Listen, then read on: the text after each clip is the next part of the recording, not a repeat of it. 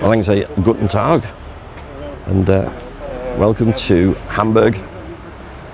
So we're here talking about research for a film. We're going to show you all the places where the Beatles played, where they stayed, where they made their story of Hamburg. As you can see behind me, I'm at the bottom of the Grosse Freiheit, and we're going to go and see the clubs, the Indra, the Kaiserkeller, the Top 10, and where the Star Club was. So come with me, we go exploring the Beatles in Hamburg. So when the Beatles first arrived here in Hamburg in August 1960, they were taken to the Grosse Freiheit, which is just down there. I'm going to take a walk along there in a moment. They went to the Kaiserkeller and thought, oh, what a great club. Bruno Koschmider said, no, you're not playing there, you're playing the Indra, the other club he owned, and I'll show you that as well. Luxurious accommodation. Well, if you know your story, it's the Bambi Kino. Now, the Bambi Kino was a small sex cinema. The Bambi Kino is situated here on Paul-Rusenstrasse. The cinema itself is long gone. But here we can see on the side the Bambi, the little deer.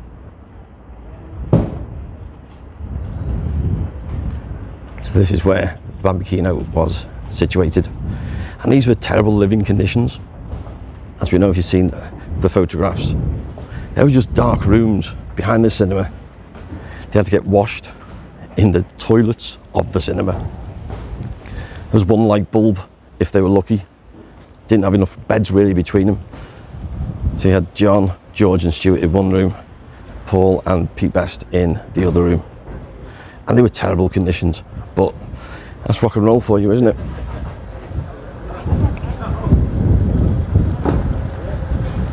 After a quick walk, we arrive at the bottom of the Grosse Freiheit. And Grosse Freiheit means big freedom.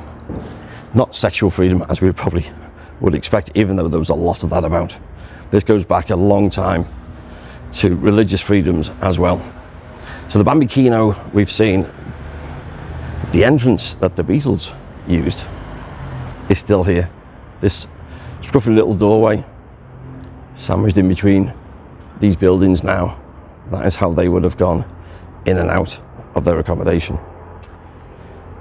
And it was really handy because only just a couple of 100 yards up there is the Indra, then the Kaiserkeller, and you can see right down all the way to the Reaper Barn.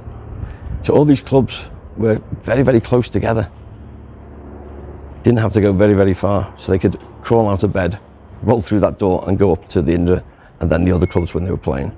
Of course, once they got to the top 10, they were staying there overnight.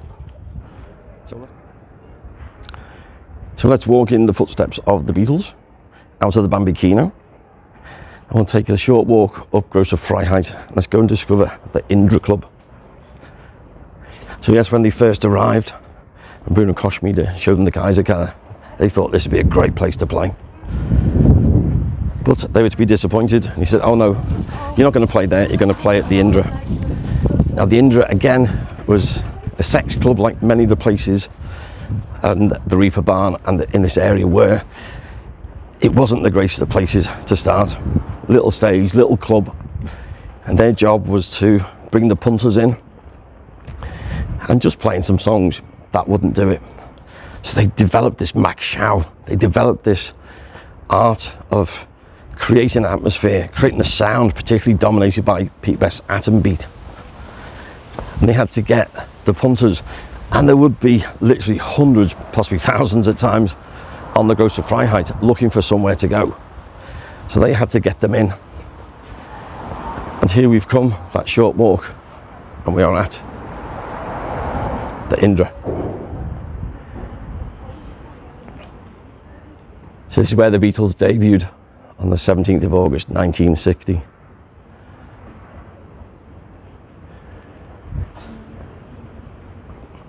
So it's only a small building at 64 Grosse Freiheit, but this is where they start their musical education.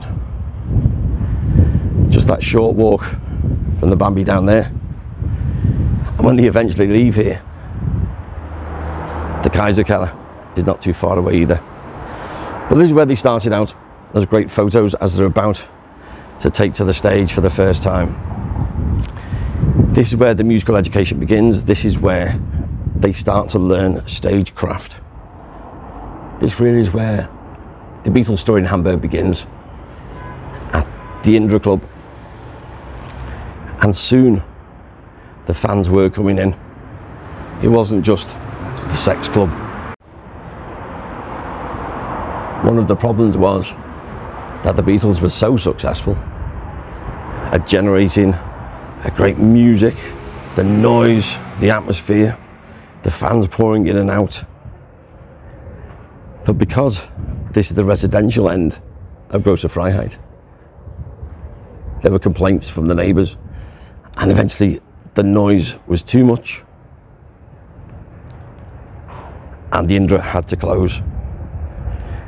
So Brightmoon Media, because he had the Kaiserkeller, he moved the Beatles there, which is where they wanted to be anyway. So let's leave the Indra and we'll take a walk and we'll go up to the Kaiserkeller. So as we leave the Indra, we'll take the short walk just down Grosse Freiheit and we'll go and discover the Kaiserkeller. Now this was the better of Brightmoon Media's two clubs.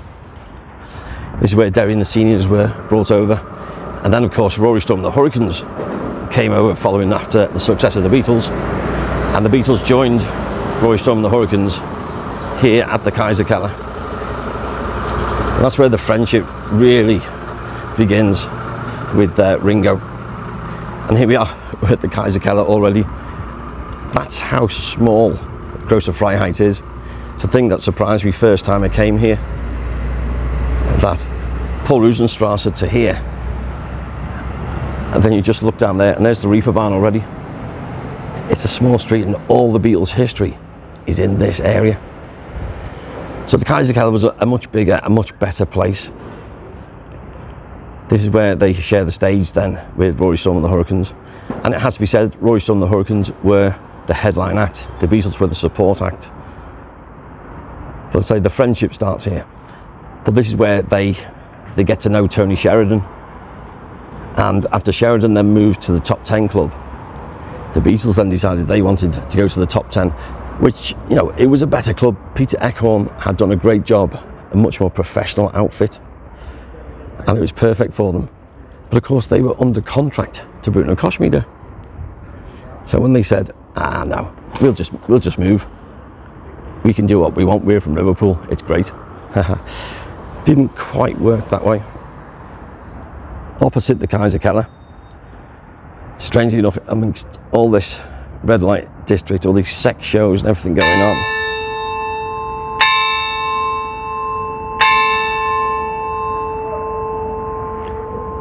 right on time is St. Joseph's Church.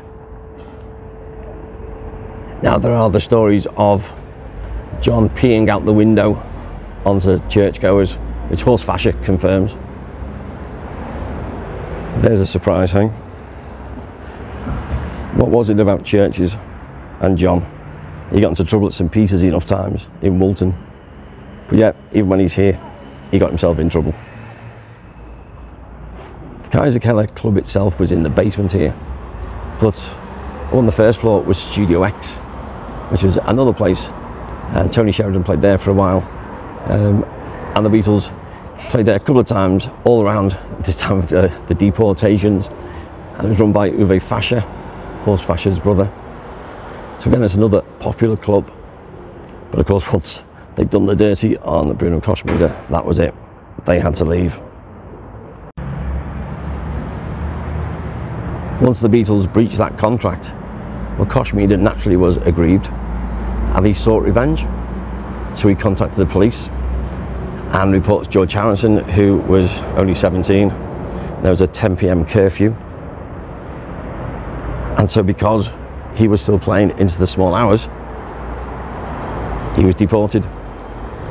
And then he alleges that Pete and Paul tried to burn down the Bambi Kino, and so they were deported. And that really could have been the end of the Beatles story, but as we know, it wasn't.